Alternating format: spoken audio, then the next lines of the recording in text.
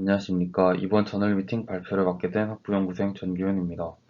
제가 발표할 저널은 EMG Driven Machine Learning Control of a Soft Glove for Grasping Assistance and Rehabilitation으로 장갑이 사용자를 도와 중간 정도의 높은 그립력을 달성하는 데 필요한 근육 활동을 감소시킬 수 있으며 기계 학습 알고리즘을 통해 호환 보조 장갑의 폐쇄루프 제어를 성공적으로 구현할 수 있는지를 보여주고 있습니다. 본 연구를 선택한 이유는 머신러닝의 분류 및 데이터로 어떤 활동을 할 수 있는지 생각해보다가 이 논문을 찾아 알아보고자 선택하였습니다. 본 페이퍼는 IEEE Robotics and Automation Letters에 게재되었습니다. 임팩트 팩터는 5.43이고 Artificial Intelligence, 그리고 Biomedical Engineering, Computer Science Application 등에서 Q1에 위치하고 있습니다. 먼저 본 논문을 설명하기 앞서 두 가지 측정 부위인 플렉서 디지토리움과 abductor pollicis brevis에 대해 설명드리겠습니다. 플렉서 디지토리움, 줄여서 FD라 부르는 부위는 팔의 안쪽 근육을 나타내며 EMG를 측정할 때 익스텐서와 함께 매우 자주 사용되는 부분입니다. abductor pollicis brevis는 사진에서 가리키는 이 부분을 나타내고 있습니다. 이 부분은 이제 엄지손가락 아래 두꺼운 부분의 근육을 나타내는데, 본 연구에서는 엄지손가락과 검지, 중지손가락의 잡는 힘과 관련된 실험으로 자주 사용될 예정입니다. 실험에 사용된 장갑 디자인 및 비교를 위한 알고리즘들에 대해 설명드리겠습니다. 본 실험은 검지와 중지의 잡는 힘, 그리고 엄지의 잡는 힘을 테스트해야 합니다. 이를 위해서는 사람의 실제 손과 비슷한 힘줄이 필요한데, 이를 3D 프린팅 기술을 사용하여 테프론 튜브로 구성하였습니다. 그리고 이 힘줄들은 텐던 드리븐 액추에이터를 통해 제어되며, 이는 손에 잡는 힘을 제어하는 데 도움을 줍니다. 보이시는 그림에서 이 1번과 2번에 보이는 이 선들이 각각 그 힘줄을 나타내고 있습니다. 이후 두 개의 플렉스 센서가 엄지와 검지, 중지 스트랩에 부착되어 굴곡 중 전체 굽힘 각도를 감지하고 위치 피드백을 제공합니다. 여기서 이제 두 개의 플렉스 센서라 했는데, 하나는 엄지, 그리고 다른 하나는 검지와 중지에 부착됐다고 생각하시면 되겠습니다. 그리고 이것은 여기 보이시는 이 그림 3번에 위치하고 있습니다. 이후 데이터 전송을 위해 그림 4번의 블루투스 모드를 사용하였습니다. 데이터는 매틀랩 시뮬링크 환경을 사용하여 구현하였습니다. 마지막으로 SEMG를 측정하는 데 사용되는 SEMG 센서는 이 부분인 5번에 부착이 되어 있습니다. 그리고 아래 이 사진 B는 장갑의 제어 아키텍처를 묘사한 다이어그램입니다. 본 실험에서는 이후 설명드릴 이제 알고리즘들에 대해서 설명을 드리겠습니다. 본 실험에서는 리츠 알고리즘과 랜덤 퓨리의 피처 알고리즘 중 하나를 선택하여 데이터를 측정하고 이를 분석하여 더 나은 정확도의 모듈을 찾는 것을 목표로 하고 있습니다. 방금 말한 것과 같이 실험 비교를 위해서 두 가지 알고리즘이 사용되었는데, 먼저 리츠 회귀 방법은 기계학습에 사용되는 기본적인 알고리즘으로 일반 선형 회귀보다는 정확도가 떨어지지만 그만큼 과적합이 일어날 확률을 낮춰줍니다. 계산 복잡도는 보시는 것과 같이 5d 세제곱 플러스 d 제곱 곱하기 n으로, d는 관찰 가능한 피처의 개수를 나타내고 n은 관측지의 개수를 뜻합니다. 다음은 랜덤 퓨리의 피처 알고리즘인데, 이는 커널화되지 않은 리치 회귀의 증분을 잃지 않고 근사화된 방사형 기적 함수 커널을 추가할 수 있습니다. 다만 리치 회귀보다 과적합이 될 가능성이 높아 별로 안전하지는 않습니다. 실험 방법입니다. 본 실험에서는 총 6명의 사람으로 건강한 남성 4명 그리고 여성 2명으로 진행되었습니다.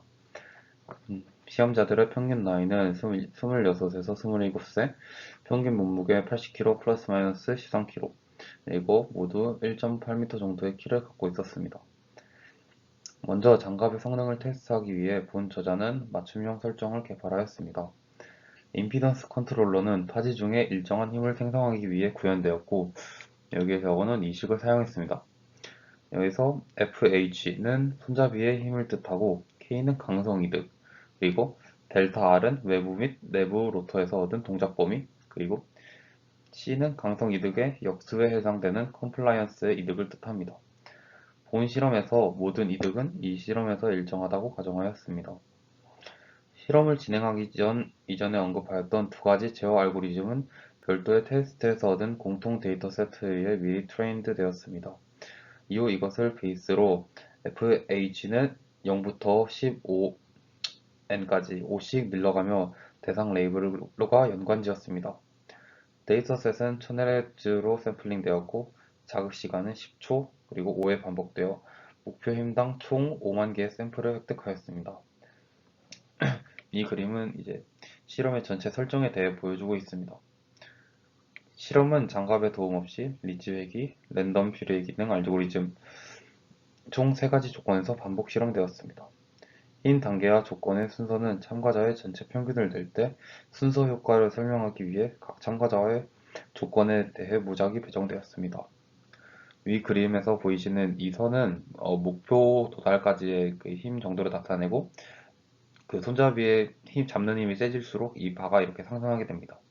그래서 이 옆에 그림처럼 잡는 힘이 목표 힘에 도달했을 때 이 빨강색이었던 선이 초록색으로 바뀌는 식으로 진행이 되었습니다. 이렇게 얻은 데이터들을 2000Hz의 샘플링 주파수로 설정한 뒤 35에서 350Hz 사이에서 2차 버터호스 밴드 패스 필터링을 해주었고 4Hz에서 로우 패스 필터링을 해주었습니다. 이후 R제곱과 루트민 스퀘어 에러를 통해 리치 회귀와 랜덤 퓨리의 피처 알고리즘의 성능을 비교하였습니다. 컨트롤러의 신뢰성을 정량화하기 위해 실험 중 획득한 EMG 데이터를 입력으로 사용하여 도움 없을 때, 즉 NA의 조건에서 수행된 파지력을 리치 회귀 및 랜덤 퓨리의 피처의 오프라인 예측과 비교한 후 상관계수를 평가했습니다. 이후 t-테스트를 사용하여 FH가 5n부터 15n 사이에서의 사후 분석을 수행하였습니다. 모든 테스트에서 통계적 유의적 수준은 사후 분석을 제외하고 0.0으로 설정하였습니다.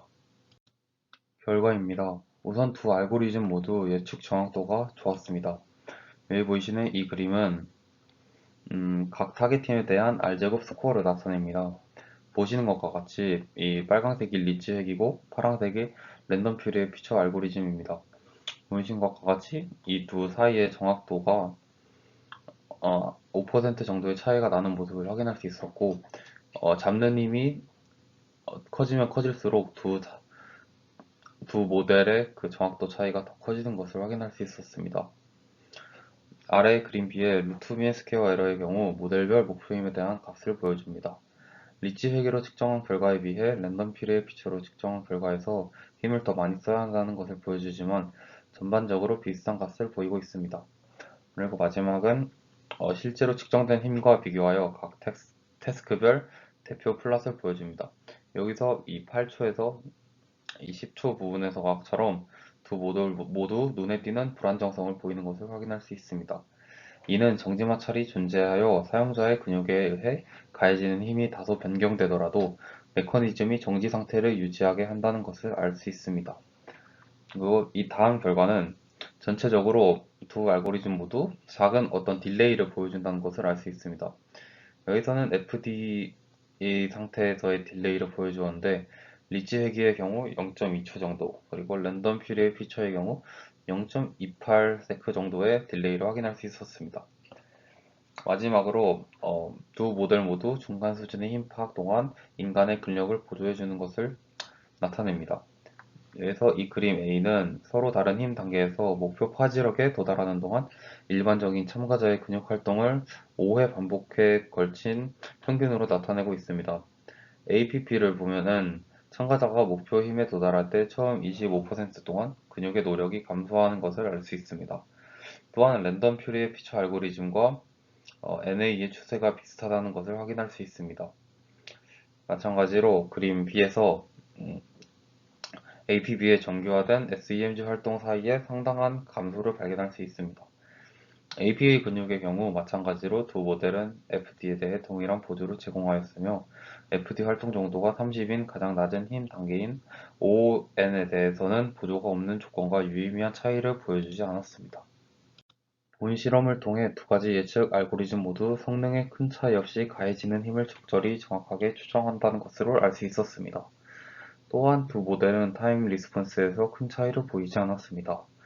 이와 같은 결과는 장갑이 사용자의 동작에 반응하고 원하는 힘 단계에서 손을 안정화하는 능력을 보여주고 있습니다. 하지만 한계점 역시 존재하는데 우선 이 본 실험에서는 건강한 참가자만을 통해서 실험을 진행하였기 때문에 상지 운동 장애가 있는 사람들의 경우 통제 체계에 관해서는 아직 의문점이 생긴다는 부분입니다. 또한 본 장갑을 사용할 때 소프트한 장갑을 사용함으로써 힘 도달 중 근육 활동이 단조롭게 증가하지 않을 때는 예측 혹은 예방이 어려울 수 있다는 점입니다. 따라서 본 연구를 통해 EMG 기반 머신러닝 소프트 글러브와 특정 운동을 통해 타지 기능 회복을 목표로 하는 장치를 개발하였다는 것에 의의를 갖고 앞으로 있을 더 발전된 미래를 기대할 수 있을 것으로 생각됩니다. 이상으로 발표를 마치겠습니다. 감사합니다.